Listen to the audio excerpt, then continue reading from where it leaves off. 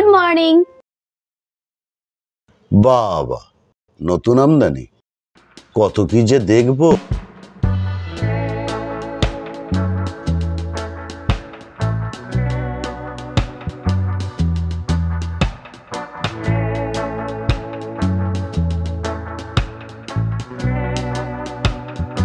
এই যে পল্লব, কোথায় গিয়েছিলে? এই তো একটু বাজারে গিয়েছিলাম। আপনি?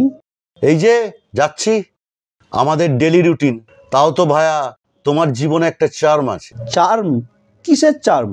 সদ্য বিবাহিত, নতুন বইয়ের সঙ্গে একটু মাখো মাখো ব্যাপার।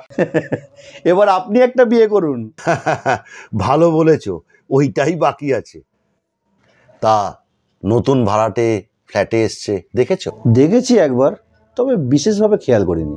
ওই তো দাদা আর বোন। দাদা সম্ভবত লেখালেখি করে মনে হয়। আর বোনটা?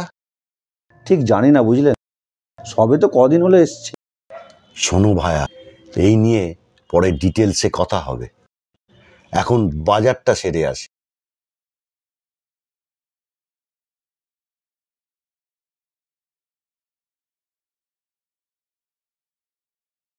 ওহ, বাঁচলাম।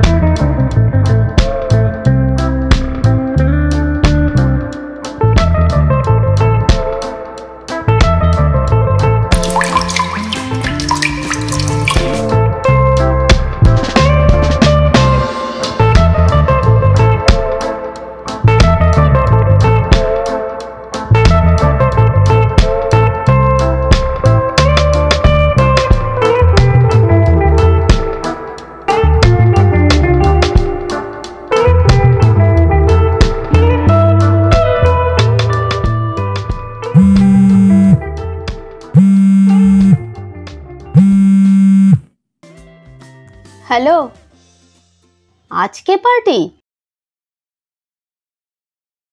কতজন? 14 জন? কে কে রে? না না, আজকে ড্রিঙ্ক করবো না। আরে ড্রপ করার কেউ থাকে না, আমার বাড়ি ফিরতে বড্ড অসুবিধা হয়ে যায়।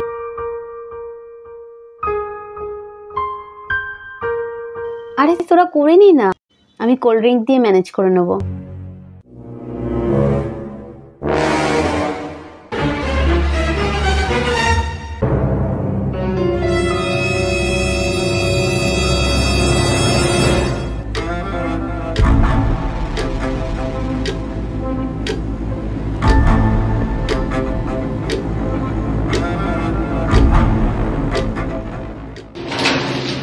আমি সুবোধ চ্যাটার্জি, এই অ্যাপার্টমেন্টের সেক্রেটারি। ও আচ্ছা আচ্ছা, তো বাইরে কেন, ভেতরে আসুন। হাতে বিশেষ সময় নেই। আচ্ছা, বলছো যখন, চলো ভেতরে যাই। হ্যাঁ হ্যাঁ, আসুন।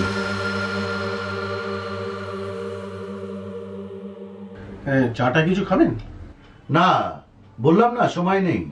কয়েকটা জরুরি কথা বলার জন্যই আমার এখানে আসা। ও আচ্ছা আচ্ছা, বলুন কি বলবেন। তোমরা দুজনের দাদা আর বোন, তাই তো?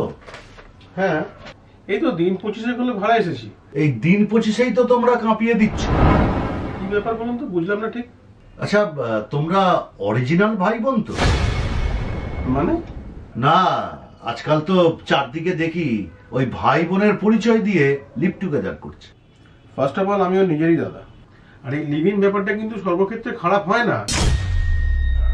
যাকে তোমার মতামত তোমার কাছেই রাখো। যে কারণে আমার এখানে আসা। হ্যাঁ বলুন না। বলি, এটা তো ভদ্রলোকের পাড়া, আর এই অ্যাপার্টমেন্টে যারা থাকে তারা সবাই ভদ্র এবং সভ্য। হ্যাঁ, কেন এই কথা বলছেন কেন? না, তোমরা যা শুরু করেছো এখানে। আমরা? না, ঠিক তোমরা নাও, তোমার বোন। অনু কি করেছে? অনু কি করেছে মানে? জামা কাপড়ের কি ছিঁড়ি? এই তো বিকেলে এক্সারসাইজ করছিল। কি যে বলি, তারপরে ফোনে কি সব মদের পার্টির কথা বলছিল।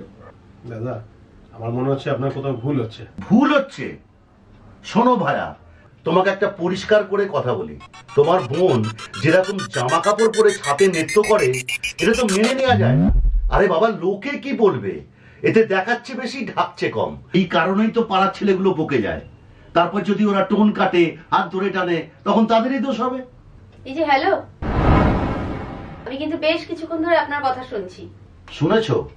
তা ভালো, এবার আশা করি শুধরে যাবে। What do you mean? শুধরে যাব মানে? আমি কি ভুল করেছি? আরে না না, উনি বলতে যাচ্ছিলেন। দাঁড়া, আমি কথা বলছি। হ্যাঁ কাকু বলুন, আপনার সমস্যাটা কি? আমার জামা কাপড় নিয়ে? এই দেখো, আমি তোমার দাদার সঙ্গে কথা বলছি। সমস্যাটা যখন আমাকে নিয়ে, তখন আমার সঙ্গেই কথা বলতে হবে। ফার্স্ট অফ অল, আমি জামা কাপড় পরি আমার নিজের টাকায়, কাউকে কৈফিয়ত দেওয়ার কোনো কারণ খুঁজে পাচ্ছি না। আর রইলো আপনার দৃষ্টিকটু লাগার ব্যাপার, তা আপনার তো এত দৃষ্টি দেওয়ার প্রয়োজন নেই না। দেখেছো, তোমার বোন বড়দের সম্মান দিয়ে কথাটুকু বলতে শেখেনি। সম্মানটা নিতে জানতে হয় কাকু, অন্যের ব্যাপারে নাক গলালে তো নাকে ব্যথা লাগবেই। কি শুনতে পাননি? ও হ্যাঁ, আরেকটা কথা, ছেলেরা যখন আন্ডারওয়্যার ছাড়া বারমুডা পরে চায়ের দোকানে আড্ডা মারে, তখন তো আমরা কিছু বলি না। ছি ছি ছি ছি, কি অশ্লীল এসব, কি কথাবার্তা। শুনুন কাকু, একটা কথা পরিষ্কার করে বলছি, বয়স হয়েছে তো, এবার নিজেকে একটু কন্ট্রোল করুন। কে কি পড়লো, কে কখন বাড়ি ফিরলো, এসব থেকে একটু দূরে থাকুন, সুস্থ থাকবে। আপনার প্রেশার, সুগার সব নর্মাল থাকবে। উঠে বললেন যে, তাহলে সত্যি চা খাবি, কিছু খাবেন না? বোন কিন্তু ভালোই চা বানায়।